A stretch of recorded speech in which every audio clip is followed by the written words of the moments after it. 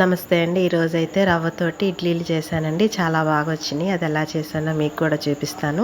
మనం ఎప్పుడు మినప్పప్పు ఇడ్లీ రవ్వతోటి కాకుండా ఇలా కూడా ఒకసారి ట్రై చేయండి. ఎందుకంటే కొత్తగా కూడా ఉంటుంది.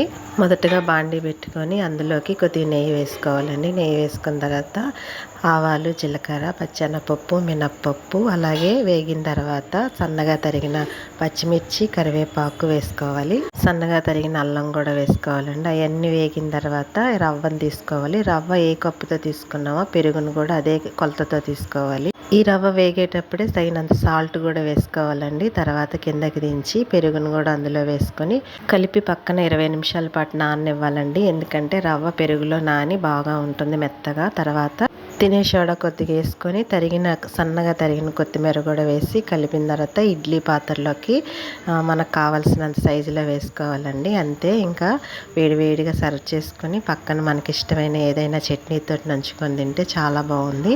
నేను ఫస్ట్ టైం చేశాను, చాలా బాగా వచ్చిందండి. మీరు కూడా ఒకసారి ట్రై చేయండి. మా ఛానల్ తప్పకుండా సబ్స్క్రైబ్ చేసుకొని మాకు సపోర్ట్ మరిన్ని వంటలతో మీ ముందుకు వస్తాం.